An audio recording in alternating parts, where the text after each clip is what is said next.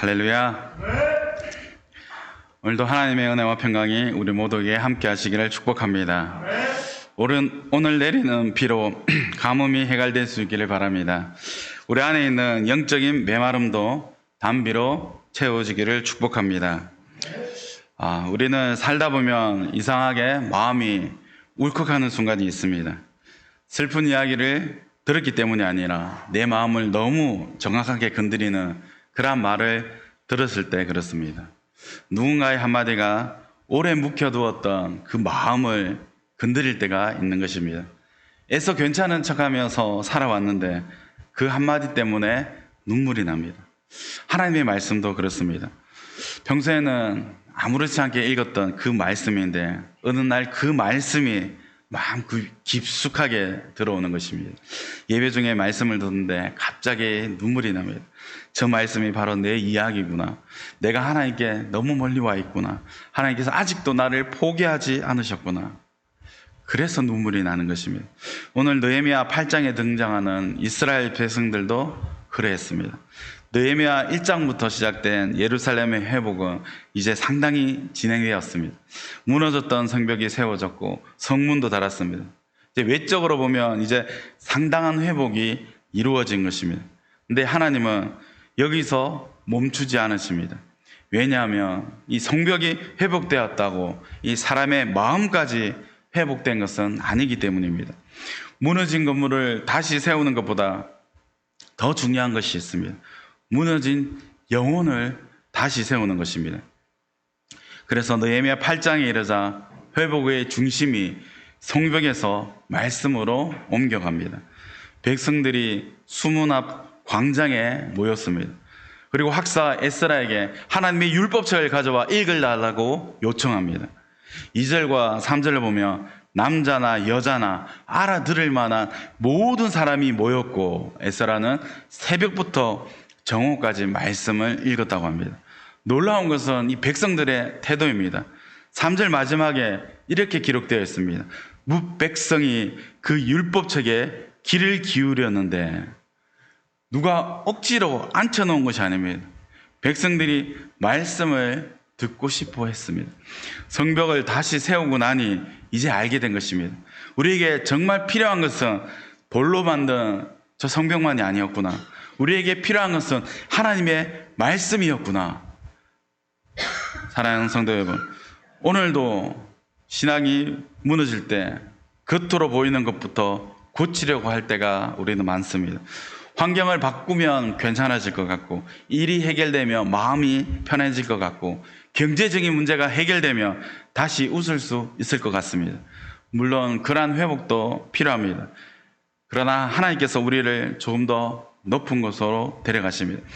내 환경만 다시 세울 것이 아니라 내 마음을 다시 세워야 한다. 그 마음을 다시 세우는 것이 바로 하나님의 말씀인 것입니다. 그래서 신앙의 회복은 결국 말씀의 자리로 돌아가는 것입니다. 말씀이 다시 들리기 시작하면 영혼이 살아납니다. 예전에는 설교를 아무리 들어도 아무렇지 않았는데 이제는 말씀이 마음에 들어오기 시작합니다.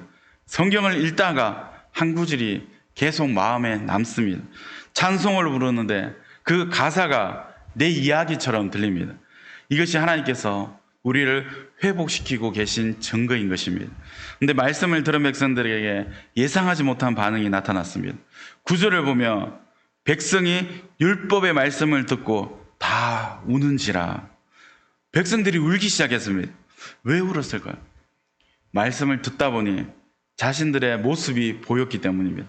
하나님께서 어떻게 살라고 하셨는지가 들리는데 그동안 자신들이 어떻게 살아왔는지가 함께 보이는 것입니다. 하나님께서는 얼마나 신실하셨는지 깨닫게 됐는데 자신들이 얼마나 하나님을 잊고 살았는지도 알고 깨닫게 된 것입니다. 말씀은 거울과 같습니다. 거울 앞에 서면 다른 사람의 얼굴이 아니라 내 얼굴이 보이는 것입니다.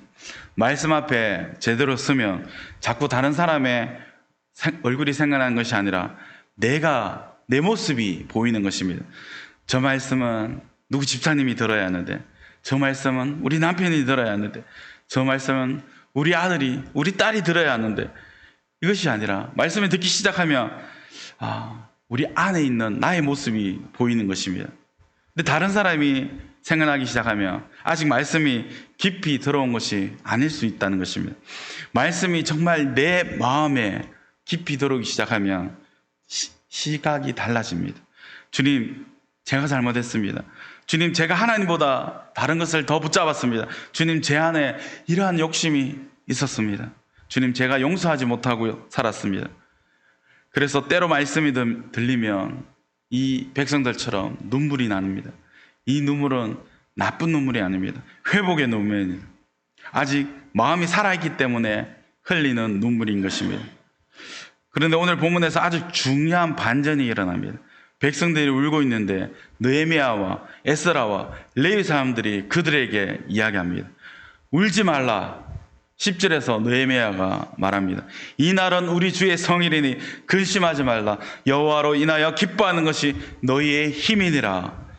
이 말씀이 오늘 본문의 중심입니다. 죄를 깨닫고 있는 백성들에게 하나님께서는 계속 울라고 하지 않으셨습니다.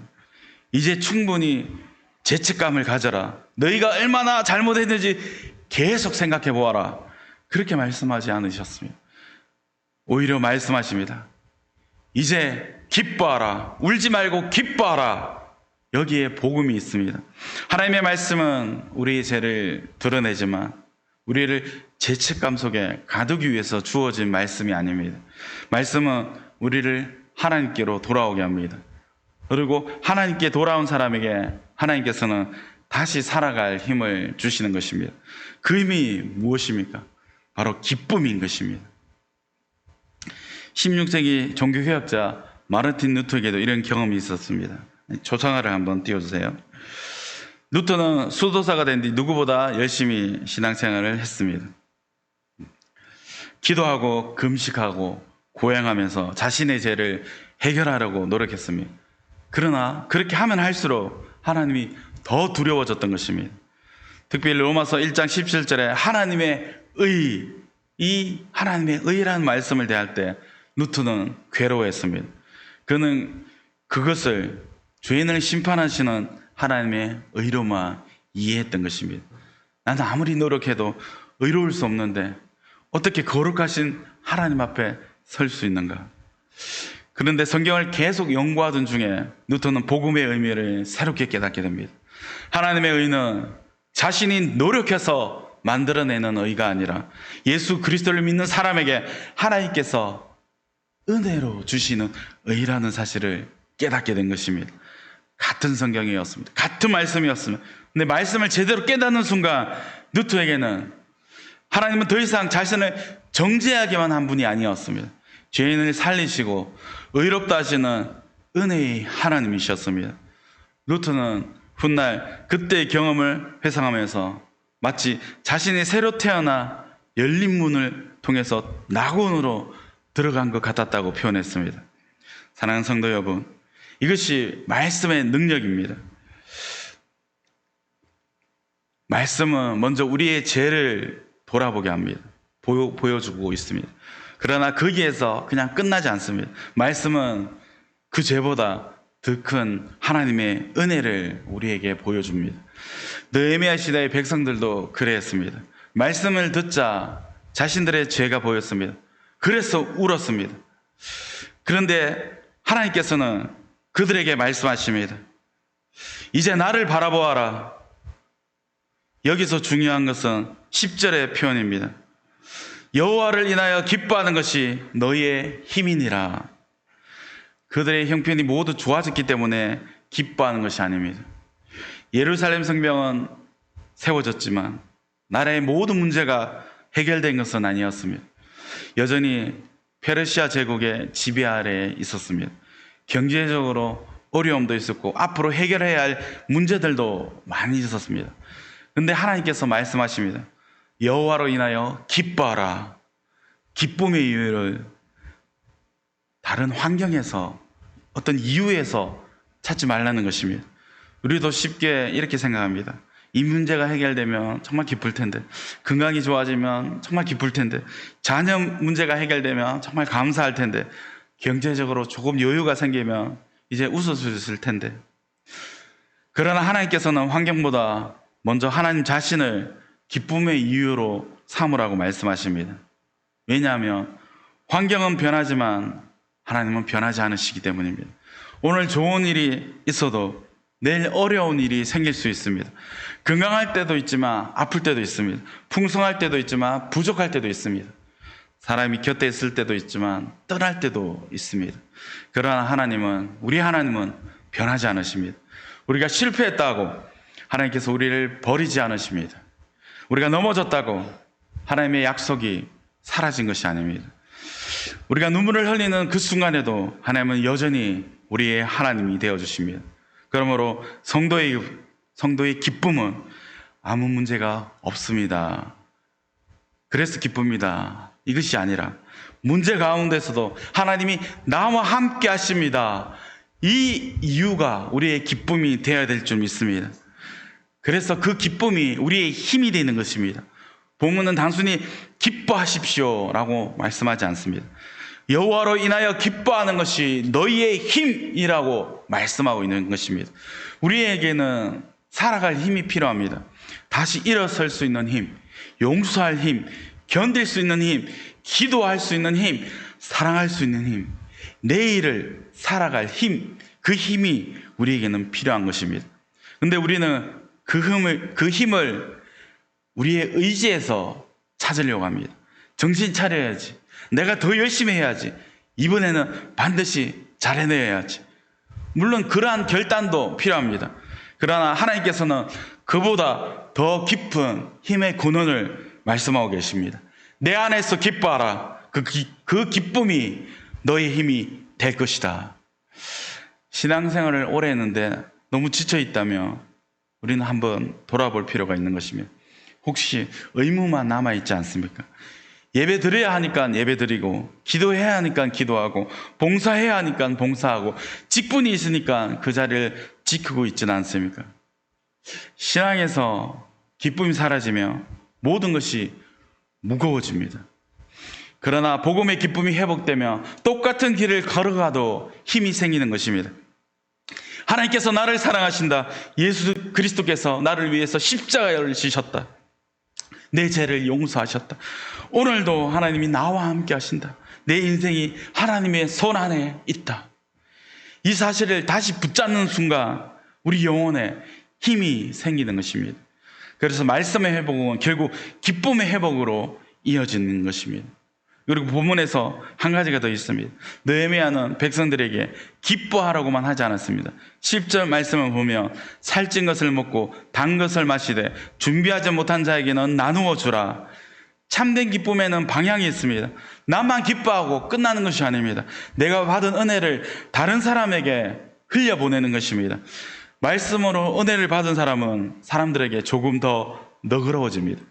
용서받은 것을 아는 사람은 다른 사람을 용서할 수 있는 힘이 생깁니다. 하나님께 받은 것이 많다는 사실을 아는 사람은 나누기 시작합니다. 그래서 12절을 보면 백성들이 크게 즐거워했다고 말합니다. 그 이유가 아주 중요합니다. 그들이 그 읽어 들려준 말을 밝히 알미라. 환경이 바뀌어서가 아닙니다. 말씀을 깨달았기 때문입니다. 말씀이 이해되자 눈물이 났습니다. 말씀이 더 깊이 이해되자 기쁨이 생겼습니다. 이것이 하나님께서 원하시는 말씀의 역사인 것입니다. 사랑하는 성도 여러분, 혹시 요즘 기쁨을 잃어버리지 않으셨습니까? 신앙생활을 하고 있지만 마음이 무겁고, 예배는 드리지만 영혼은 지쳐있고, 기도는 하지만 답답함만 남아있지는 않습니까? 하나님께서는 오늘 우리에게 말씀하십니다. 다시 말씀 앞으로 나오라. 세상의 소리를 조금 줄이고 하나님의 말씀을 다시 들으시기 바랍니다. 말씀 앞에 울어도 괜찮습니다. 내 잘못이 보이면 회개하십시오. 내 상처가 보이면 하나님께 가지고 나오십시오. 내 믿음 없음을 발견하면 인정하십시오. 그러나 거기에서 멈추지는 마십시오. 십자가를 바라보시기 바랍니다. 나를 정죄하기 위해서 말씀을 주신 것이 아니라 나를 다시 살리기 위해서 말씀이 주어졌다는 사실을 기억하시기 바랍니다. 하나님은 우리가 평생 고개를 숙이고 죄책감에 눌려 살아가기를 원하지 않으십니다. 회개한 사람의 고개를 들어주시고 말씀하십니다. 내가 너를 용서하였다. 다시 시작하다. 나로 인하여 기뻐하라. 사랑하는 성도 여러분, 우리 교회가 다시 살아나는 길도 바로 여기에 있습니다. 화려한 무언가가 먼저가 아닙니다. 말씀이 다시 들려야 교회가 살아납니다. 말씀 때문에 마음이 움직이고, 말씀 때문에 회개하고, 말씀 때문에 서로를 용서하며, 말씀 때문에 다시 웃을 수 있는 교회가 되어야 하는 것입니다. 그리고 세상으로 나아갈 때 이렇게 고백할 수 있어야 합니다. 여호와로 인하여 기뻐하는 것이 나의 힘입니다. 오늘 우리의 형편이 완벽하지 않아도 괜찮습니다. 풀리지 않는 문제가 있어도 하나님은 여전히 우리의 하나님이 되어주십니다. 눈물이 남아있어도 괜찮습니다. 하나님께서 그 눈물을 기쁨으로 바꾸어 주실 것입니다. 말씀은 우리를 울게 하지만 눈물로 끝나게 하지 않으십니다. 말씀은 우리를 회개하지만 정죄로 끝나지 않게 하십니다. 말씀은 다시 우리를 일으켜 세우십니다. 말씀으로 돌아갈 때 기쁨이 돌아옵니다. 기쁨이 돌아올 때 다시 살아갈 힘이 생기는 것입니다. 이번 한 주간 어떤 상황을 만나더라도 이 말씀을 마음에 품고 살아갈 수 있기를 바랍니다. 여호와로 인하여 기뻐하는 것이 너희의 힘이니라. 우리의 힘이 환경에 있지 않고, 사람에게 있지 않고, 자신의 능력에 있지 않고, 변함없으신 하나님께 있음을 믿고 말씀으로 다시 기쁨을 회복하고, 그 기쁨의 힘으로 다시 일어서는 우리 모두가 되기를 주님의 이름으로 축원드립니다. 기도드리겠습니다.